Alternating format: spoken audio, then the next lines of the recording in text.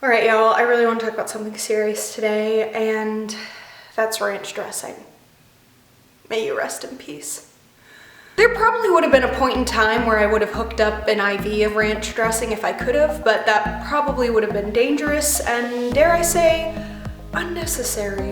The point is, I love ranch dressing, but I had to give it up recently because of health reasons, and I gotta say, I'm actually loving the results of my skin. So I started to do a little bit of research, and today I'm going to be talking about dairy and our skin.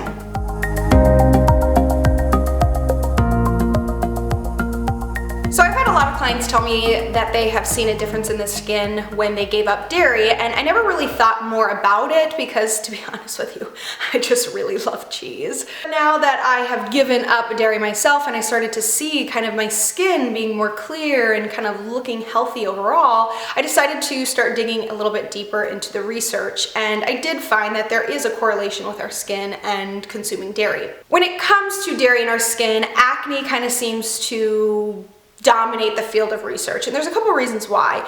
The first one is that it has been long researched that a growth factor called IGF-1 has been linked to increasing our skin's sebum oil, and that's kind of the oil that is related to acne.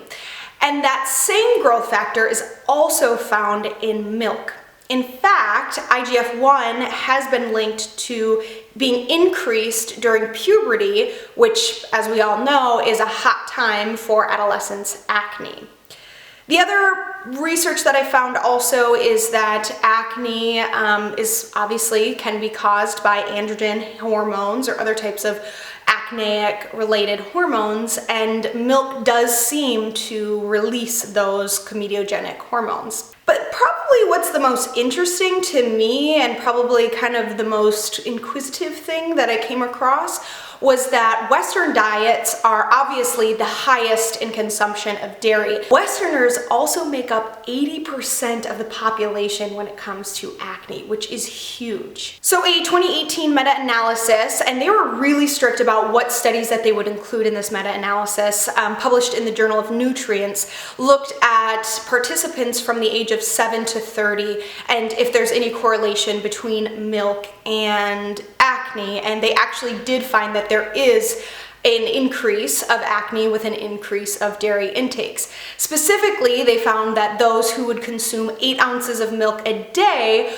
would be more likely to have acne than those who would just occasionally have 8 ounces, maybe 2 to 6 times a week. They also found that those who drank skim milk were also more likely to have acne, probably because they're more likely to drink more milk because, as Ron Swanson put it, skim milk is just water lying about being milk.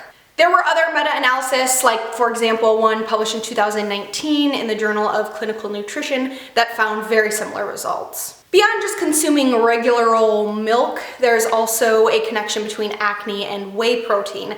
And that's because whey protein, it does come from cow's milk, has something called leucine in it, which has been found to increase that growth factor I was talking about earlier called IGF-1.